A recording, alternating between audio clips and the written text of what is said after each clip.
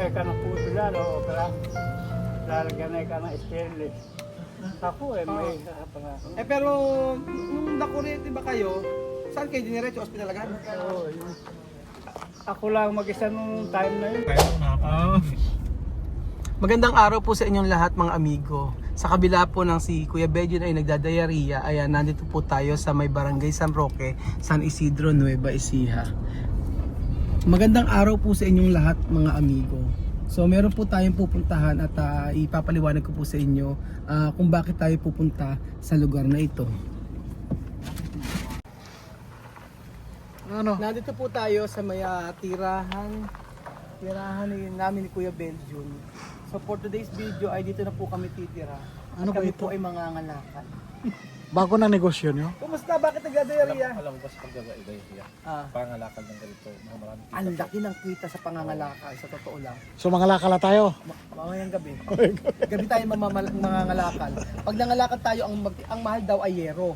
So kung ang yero ay mahal, sigurado mamayang gabi tayo mangangalakal at lang lahat ng yero sa barangay ay kukunin natin. Yayaman na So, tayo. si Kuya Jose ang taga-kuha, si Kuya Bedjon ang taga-sibak, ako ang sa taga-tanggal lang pa ako. Ikaw taga-kuha, ako taga-benta. Saan natin ilagay sa Innova? Social na lang. Social na. Ang dami din ngayon. Oh, diba? Hindi tayo magkinapwentuhan. Yan. Upo ka. Oh, upo ka muna. Bill, upo ka muna doon. Oh, paupuin ka kita. May diarrhea. Hindi naman ano yung connected sa basta. Oh, ano na ngayon? Ano plan natin sa ano? Dear, maupo ka muna, baby. Mainit. Magkukwentuhan tayo. Dear Kuya Raul. Oh. Ayan, seryoso na po mga amigo. Ngayon po ay nandito po tayo sa San Roque at meron po malungkot na balita. At ang malungkot na balita po mga amigo ay isa sa tauhan natin ay sinampalad. yung isang tauhan po natin na electrician po mga amigo ay nakuryente. Na-aksidente. Na aksidente. So, ang laki po ng ginastos. Ang ganito po nangyari. Kwento ko sa inyo si Marvin. Marvin, halika rito. Kwento natin kay Marvin. Pakwento natin kay Marvin kung ano yung Ano nangyari. ba talaga tunay na nangyari? Oo, ano nangyari. Halika nga, punta natin si Marvin. Ayaw Ano ba si Marvin? Kasi kagugluta lang daw niya nung nakaraan. Natatakot. Natatakot masunog. Oo. Diyos me. May sasakyan sa gitna. Wait lang. Dito tayo. Oh, padaanin mo naman Init sa sakya. Yan. Tayo airport. Sige na. Halika dito. Oh. Ano ba? Ano ba? Oh. Pakibaba. O, ayaw mong bumaba. O sige. Marvin, ano ba nangyari? Kasi ganito. Sino kasi chinachat mo eh. Hindi po. Dear Honey. Anong Dear Honey? Naku, mayroon ka na naman bago. Ano ba, Dear Marvin? Honey. So ngayon, ganito si Marvin, di ba? Ang nangyari ay si Lolo ay nakuryente. Nakuryente po siya at pagkayari po ay dinala po sa ospital. Ano po sa Dinato Sa ospital, dinala po sa ospital. Ngayon, ilang buwan sa ospital? Linggo lang po siya. Linggo lang, pero na-ICU, di ba? Apo. Na-ICU po mga Isang amin. linggo po siya sa ICU. Oo, isang linggo po siya sa ICU. Tapos pagkayari po, 100,000 po yung naubos ni Marvin. Kaya po, nagkabaon-baon po si Marvin ng utang sa may hardware. So pinantapal po niya. Ano ba? Seryoso Marvin? Oo nga po. Ba't tumatawa? Hindi, totoo na. Ano lang po. Masyado pagkakabaon. Oo, hindi, ganito. Ano ba yan? Ba't natawa ka dito? Ito totoo mga amigo. Masayahin lang kasi talaga si Marvin. Kasi po, ako naman po kaya po, pero sabi pa nga po yung pera ko dito. Kung gano'n talaga, walang may gusto nun. Aksidente po. Gaganon. Minado naman po ako yung dapat nagagamitin na pang-materials na pinangutang ko po. Pinangutang sa hardware. Kaya ngayon, nabaon si Marvin sa hardware. Hindi, Marvin, ang gusto kong malaman, ano ba nangyari? Bakit na-aksidente si tatay? Yan, si Marvin kasi nakakaalam eh. Si Lolo po kasi pag po ayaw pang hindi siya nag-ano sa pahinga. Oo. Nung time na pumasok siya, naka-off yung kuryente nung umuwi siya. Ngayon po, pumasok siya, 12:30 pa lang, gumagawa na siya ulit. Siguro po may mga natulog na nagpahinga, nag-charge ng cellphone, inon yung breaker. Yun yung ina-expect niya, nakasara pa rin yung breaker. Ngayon po, yung kuryente, hindi naman po siya dun sa pagkakakuryente. Yung nalaglag po sa hagdan. Kasi po medyo may edad na po si Lola. 70 plus na po si Lolo. Yung pagkakabagsak niya, yung balakang yung tumama. Kaya nagka-fracture yung balakang. Buti naman po, awa ng Diyos, hindi na po siya na-opera. Ba't kailangan operahan ba? Noong una pong ospital na sa ICU, 2 days, yun po ang findings. So, operahan po yung balakang. Kaya lang din po, ayaw na din po ng mga anak ko. Ako nung 75 na po sila, 78, nasa gano'n na po.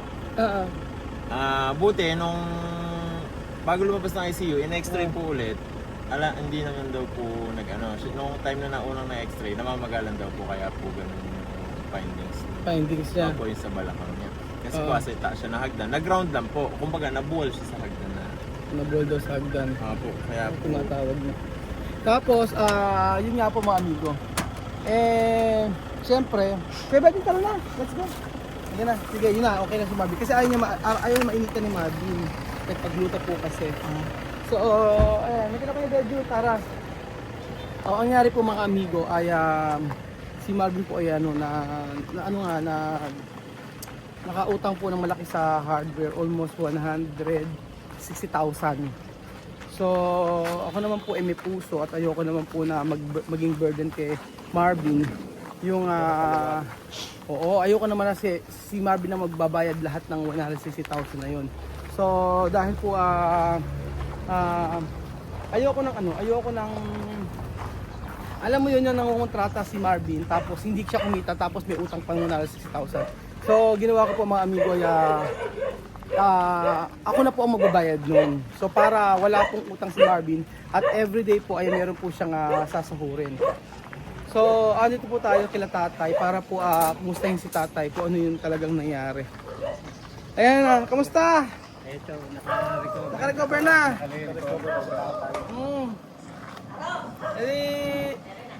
Nang nagbibiruan pa tayo dito kasi Kaya na eh. Di ba nagbibiruan tayo? Nagbibiruan kami nung time na ginagawa yung sa may sa may resort. Nagbibiruan kami. Sabi ko, tatay, ilang beses kayo nakakuryente. Sabi niya 2 beses. Tapos sabi ko, gusto mo ba sundan pa? Gumanon niya. Kaya there's a power of confession talaga. Ayun. Nandito tayo kila tatay. Nakakalakad naman kayo? Yung... Paano lakad yun? Sige. Ano mahirapan sa'yo? Nag-crack yung buto ko rito. Oo. Dahil paupo ako nang bumagsak sa semento.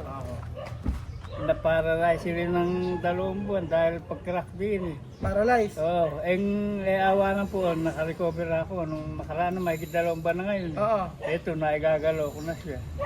Tinerapi noon. Therapy. Yan. Pero kaya nyo maglakad naman. Kaya yung hindi lang malayo. Sige nga ho. Kaya ba? Kaya. Okay lang kahit hindi na ba? Hirap ka. Ayan. Oo nga. Ay, mahirap si Hindi tatay. ganito siya dati. Malu- Malakas ito. Malakas si tatay dati. Dati po. Di ba? Malakas pa si tatay dati. Kabilis pa ka umakyat sa... Umalik rito. Mahirap na po. Upo na lang tayo. Balik Dito tayo. kayo. Umalik kayo rito. Mahirap na kita tatay. Kawawa rin. Awa ng po na yung makaka-recover, sabi nung doktor boss. Makaka-recover. May buwan niya, 3 months, makakalakot siya na ito. Sa 3 months makakalakad ka na raw. Mapuho ka niya. Naupo ka muna. Naka 2 months mahigit ako. Nagtitherapy ba? Oo, yung bitiw kasi nawalan ng laman ito nung Buti hindi kayo na-operahan ano? Oo, kasi hindi naman nag-crack na hindi naman naputol yung buto. Kung sabi ng doktor, swerte ka katang dahil hindi naputol. Yung hindi nag-abot, kalahati lang mahigit. Kung naputol yan, opera, lalagyan ka ng stainless. Ako may kapalang. Pero nung nakuryente ba kayo, saan kayo diniretso? Ospital agad? Oo, ako lang mag-isa nung time na yun, boss. Kasi yung ginagawa ko, may mga gumagawa rin. Na-istorbo ko sila. Sabi ko, pinauna ko muna sila nung time break na, nung last break, saka ako gumawa. Oo. Kaya mag-isa lang. Hindi lang sa Buenas Escuela, ay si tatay, nasa Taiwan tayo noon, no? Oo, nung nangyari po kasi nasa Taiwan kami mga amigo. Kasi pinatay ko yung breaker na yun. Kaya wala ko na wala kuryente, gawa ko ng gawa. Eh, meron palang nag-open. Oo. Pinakuryente na. Nung time po kasi na yun, wala po kami dito na sa Taiwan. Kami medyo matagal na po yun. Kaso nga lang, naungkat po ito nung time po kasi na si Marvin nga po Sa Baguio. Sa Baguio din yung sila. si Marvin doon na time. Tapos pagkayari nung time na yun kasi nagkaroon ng maraming utang sa hardware. So sabi ko, ba't ba nagkaganoon? So sinabi sa akin ni Marvin na si Lolo nga daw niya na kuryente. So ang daming binayaran sa ospital na 1,000. Lolo, ano ba, ilan taon na kayo? 73 na. 73. Bakit ba kasi nag-ano pa kayo? Nagtatrabaho pa kayo? Eh, kaya ko pa kakabot. Kaya pa? Kaya hindi ko sinasamantala ko yung panahon. Sinasama ng kaya pa? Oo, kaya ko pa. Kaya ko pa naman talaga nung pagka yung mga ganun lang. Kasi yan ang... Pagka mga malapit-lapit na kayang-kaya pa. Saka yung mga ganun na ala naman binubuhat. Oo. Hindi makaka... Kasi magaling itong electrician. So, yeah.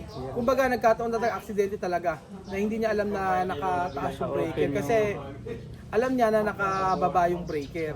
Kaya ganoon. Binaba ko yun. Sino nagdala sa inyo sa ospital? Eh, yung mga kasamahan ko yun doon nung makita ko. Saan kayo diniretso? Sa Gapan? Doon sa San Isidro. Sa Kasama medics? Sa medico. Tapos tinawagan sila Forma. Nagpunta sila agad doon. Tapos nilipat kayo doon? So, si Forma saka yung misis. Ilang araw po kayo sa ICU? Eh, dalawa. Minonitor lang boss yung internal organs ko kasi. Kasi may nakuryente. Oo, kailangan. Saan ba kayo nakuryente? Kamay ba? Paano ba? Ganyan? Ano? Yung itinatapping ko na yun, tapos ko na yung wiring, itatap ko na lang doon sa main. Oo. Eh, naka-on pala yung main. Nung matalupa ko na siya at itatap ko na, nahawakan ko na. Yun, Nanigas ka? Ano Eh, ang pakiramdam pag na ano? Eh, kung dati ko nung naranasan yun, alam ko ng pakiramdam ko, tsaka kung paano ko lalabanan. Paano ginawa nyo? Sabi ko, Lord, naku po, mamamatay na ako. Dahil alam ko na mamamatay. Tapos, Lord, tulungan mo ako. Oh, talagang napakabuti ng panahon. Nahulog ako. Imposible. Kung hindi patay ka na talaga. Hindi sinakuha doon, patay na siya kung hindi Lord, tulungan mo po ako. Agad nasabi ko sa sarili ko yun. Nahulog ako, boss. Nung mahulog ako, paupo naman ako bumagsak. Kaso ito nga lang. Oo, yung... Kundi yung ulo niya boss. Oo, Kaya kaya hindi daw, ulo yung tumama sa inyo. hindi ako namatay sa kuryente. Sa kalib, baka mamatay ako. Dahil yung ulo ko ay bumagsak na gano'n. Dahil flooring yun eh. Kaya nga, ibig sabihin, Lolo, ito na yung time para magpahinga talaga kayo. Na hindi na talaga dapat kayo binigyan kayo ng sign ng ni Lord na magpahinga na kayo at huwag na kayo munang magtrabaho. Ang kailangan nyo magpahinga kasi yung edad nyo dapat talaga nag-e-enjoy na lang. Yun po ang pinakamaganda. So, Dalawang beses ako lumipas ng Panginoon. 2 beses siya niligtas ng ating Panginoon. Kaya gawin nga lang po, Lolo, magpahinga lang po kayo. Huwag po kayo mag-alala Pagkaya na. pag kaya na, edi... Wala ko trabaho. Ano naman, tama na si Lolo. Tama na. Magpagaling ka na lang. Kaya nga. Enjoy mo na lang yung Hindi buhay. mo na yung buhay mo. Kailangan kay Lolo pa inuminom nun. Kaya nga. Uminom ba kayo ng gamot? Oo, meron. Pa-check up nga yung ang binigay sa akin kung magaling na. Pero may pain pang mararamdaman yan. Yung pag nakaramdam daw ng pain, iinom ng pain reliever. Pain reliever. Pero meron po kayong araw sa gabi na may masakit, ganyan? Oo, may time. Pag lalo na pag naglalamig ba? Ano sumasakit ito? Oo, yun. Katugon yan. Pero hindi ba nabasag ba, nabali? Hindi ba? Nag-crack. Crack lang? Hindi lang tumagpos. Oo. In-x-ray. Kaya swerte pa tayo hindi eka tumagpos. Kung hindi eka operahin na lalagyan eka ng stainless. Sabi nung thank you ka ako, Lord. At ganun. Mahihirapan ka na eka makarecover dahil may edad ka na. Dahil ganun. Ang mahalaga, Lolo, kayo naisip nyo na that time ang Panginoon itutulong sa inyo. Lagi po ako, kasi po, naging kaming mag-ana. Ano po ang church nyo? Ano ang sambahan nyo po? Doon sa Cabiao, sa Natividad, Natividad. BCMC. Ano pong ministry nyo? Yun nga, Body of Christ Miracle Church yung amin sila sa Born Again. Born Again Christian. Christian. Opo. Yung asawa ko lagi siyang nananalangin kay Lord lahat na oras. Ako din po kasi ganun bago mag-umpisa sa trabaho. Kailangan manalangin. Nananalangin Kailangan pag-pray, ako. no? Oo. Pag-pray yung lugar. Eh alam ko nakamamatay yung ginagawa ko. Pero at sa ingatan pa rin kayo ng Panginoon. Oo, yun. Alam ko nakikita ko. Sana patunayan. Na ano lang po namin kayo, alala ko lang po kasi sabi ko kumusta na si Lolo, ano na nangyari. Eh sabi nga nun, okay naman daw. Okay na. At least ngayon okay na kayo kaysa dati. Kasi pagka nakita niyo po yung video na nasa picture na nasa ICU, talaga maawa kayo. Kaya Lolo. Dumalo lang po kami. Ito po, meron ako pang ano dito, bigyan pang gamot para kayo rin. Meron bang ano nyo? Bili po kayo pag gamot-gamot nyo, ano? Salamat po. Kami po ay ano lang. Ibabalik po sa inyo ito ni Lord ng doble-doble. Ayan nyo po, instrumento lang din po ako ng Panginoon, kaya po ganito ako tumutulong. Actually, isa rin po ako nga naging Christian at sa akin po ay hindi mahalaga ang pera pagdating sa pagtulong, lalo sa mga kapatid ko. So, isa natin yung kapatid at hindi ko iniintindi regarding sa mga gastos. Ngayon, babayaran ko yung sa may hardware almost. Magkano? 160 ba? 127? 60. Ba't nadagdagan? Na mali na compute? 160,000 ko babayaran sa hardware. Eh ayoko naman ipasogin kay Marvin Latin. So tayo ay nagiging instrumento ng Panginoon. At hindi natin pwede pabayaan yung mga tao na naging mabuti sa atin. So magkaroon tayo ng malasakit para sa kanila. So ayun pa mga amigo, ako yung magpapaalam na at abi may pupuntahan pa. Thank you so much po mga kababayan ko. God bless. Thank you, Lord. Ibabalik kayo ng Panginoon ito ng doble-doble para marami pang matulungan kagaya namin. Thank you po.